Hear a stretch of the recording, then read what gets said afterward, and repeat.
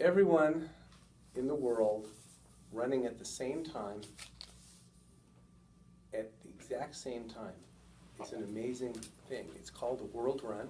It's the first time it's ever been done, and it's happening on May 8th. It's a very exciting event because these runners are running for people who can't run.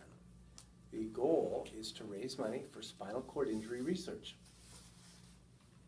Madam Toastmaster, fellow Toastmasters, an honored guest. Let me give you a little history about how this got started, give you an idea about spinal cord injury. I would like to also tell you about what's going on with the research and explain about the race in detail. This all started about 11 years ago. The owner of Red Bull, he had a best friend whose son sustained a spinal cord injury. They took him around the world, could not find anywhere that had a cure. So they decided to start a foundation.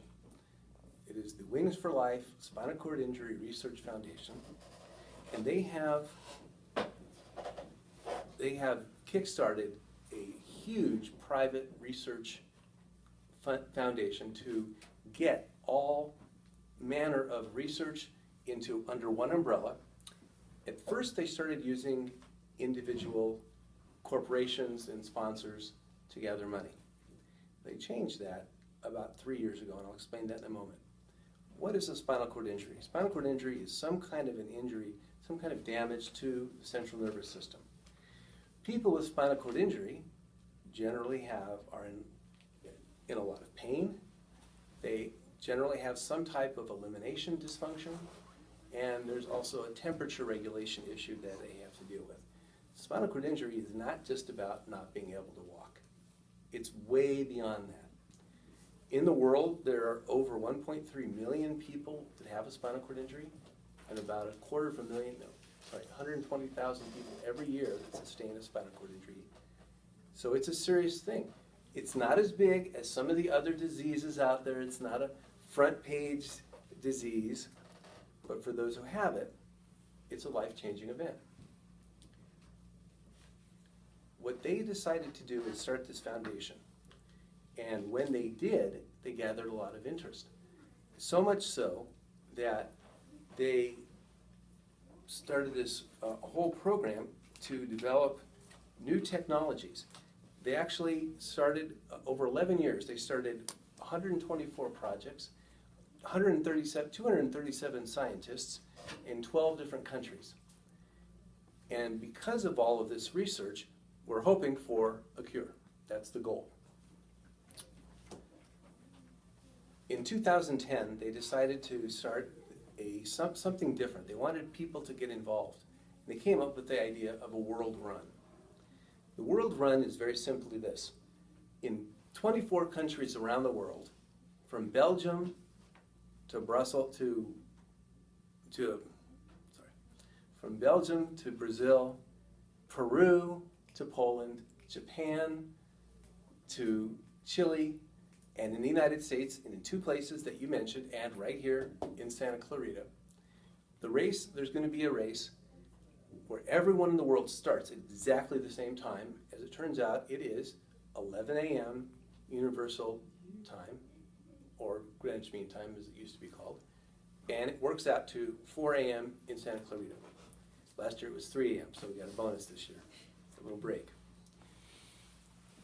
Everyone that starts in this race will start at the exact same time. There will be huge video monitors so you can see other races being started around the world. Everyone has a special chip that was developed just for this race because when you start, you pass a catcher car. The catcher car activates your timing chip. Actually, it recognizes who you are as it goes past. Half an hour after the race starts, the catcher car starts. And there's no finish line. The idea is that as you're running or rolling, wheelchair users, I'm going to be in it too, what the idea is, it's going to catch up to you. And when it does, your race is over. That's your finish line. It speeds up over time.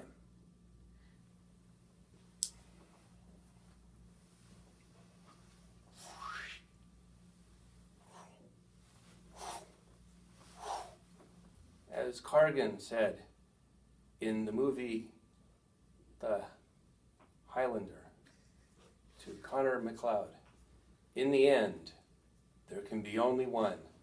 And in this race, there is only one winner. Worldwide champion, who will be the person that is the last person to get caught by the catcher car. Because the catcher cars are all going at the same speed. They have GPS, and as it passes you, it'll know how far you've run and what your time is. For the last 2 years in a row, an Austrian won, having run over 50 miles before being caught by the catcher car. At that point, the catcher car is going about 25 miles an hour. Because it starts out at 10 and it increases. It's a lot of fun. I wasn't in it last year. Everyone read me about it. There is a way to get involved, and this is how it works. There's a website. I have information here if you're interested. It's a tax-free donation. You can participate if you're interested, or you can just support the cause. What's interesting is that in the last 2 years, over 137,000 people have participated in this event, raising over $7 million to go towards spinal cord injury research.